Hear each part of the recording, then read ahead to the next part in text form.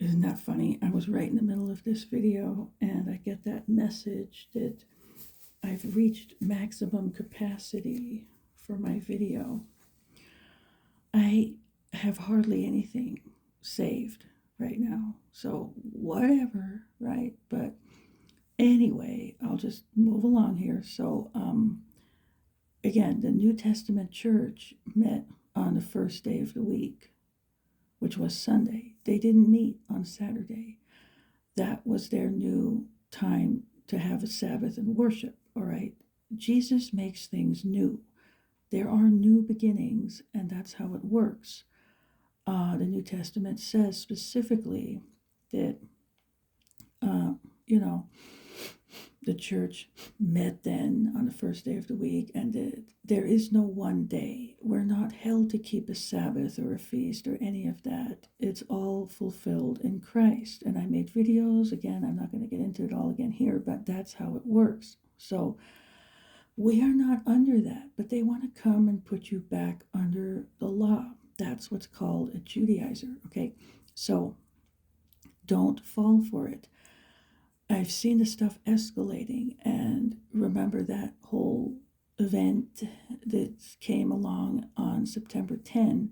Since then, you know, it has done this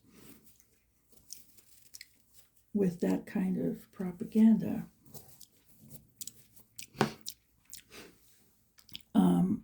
And it's been escalating ever since. And I was looking through my rounds the other day, and there's a Christian news station called CBN. Now my pen's going out. Anyway, CBN, okay, Christian Broadcasting Network. I have it.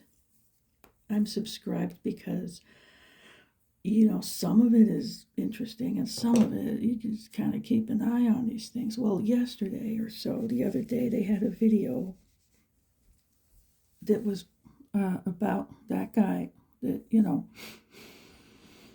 supposedly, right? That's all I'm going to say, isn't with us anymore. Who wrote that's another videos are out on that, but okay. He wrote a book all about that day. Okay, so they are starting to push this stuff and it's starting to get kind of heated, let's just say. So it's all moving in that direction, and this is like the next layer here, the next level of stuff, and all of these heresies are going to converge along with what's happening in the apostasy. It's just different avenues that are going to lead to the same destination. And the Bible talks about this stuff in certain ways. Okay, this is all in there in a certain way. So it's headed in that direction, and it's headed there pretty quickly. So I don't know how fast it's going to move. I just know they're starting to push this more, and it's a big deception. Okay, so I'm just warning that you don't fall into that trap. Okay, you're not robbed of your identity, and you are not sucked into that deception. All right, we don't have to do anything. That's it. Okay, we are, in this case, we are enough, more than enough. We don't need to jump through any hoops. We don't need to keep any of those rules. Okay, we don't need to do anything. All we need to do is walk in holiness. And it's not following all these rules, okay? All right, you're just living a holy life, right? Doing the things Jesus said to do. That's it. I mean, the Pharisees got on his case all the time about the Sabbath, all right? Okay, so that's how ironic it is.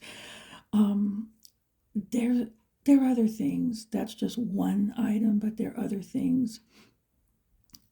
People can come up with anything. We know that they're building a certain structure. Eventually, it'll be there over in, and it says it in Revelation 11, it talks about a temple, okay?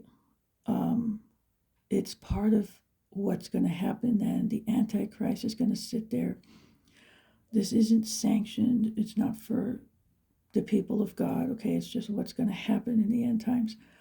There are going to be things involved with that are going to be going on that we can have nothing to do with, okay? We don't need to go there. We don't need to bring anything. We don't need to do